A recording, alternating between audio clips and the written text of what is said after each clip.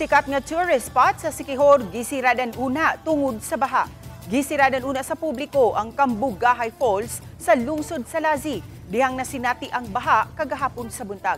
Matud sa Lazi LDRRMO, wala gipabisitahan og turista ang lugar tungod kay gawas nga daw lapok ang tubig, usog-usab ang sugli ini. Midugang ang LDRRMO nga misaka ang tubig sa sapa human mibundak ang uwan sulod sa 2 ka oras.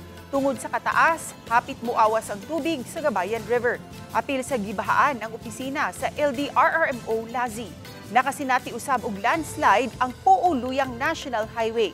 Katunga sa dan ang natabunan og yuta. Dali ra usab nga gihimo ang clearing operation sa LGU ug sa taga DPWH. Wala hinuoy na report nga naangol sa insidente sa pagbaha ug landslide.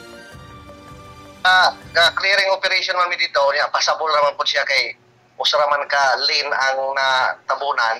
Kunya actually mas grabe itong 2022 kay tibok kuan road area kanang 2 ka lanes mo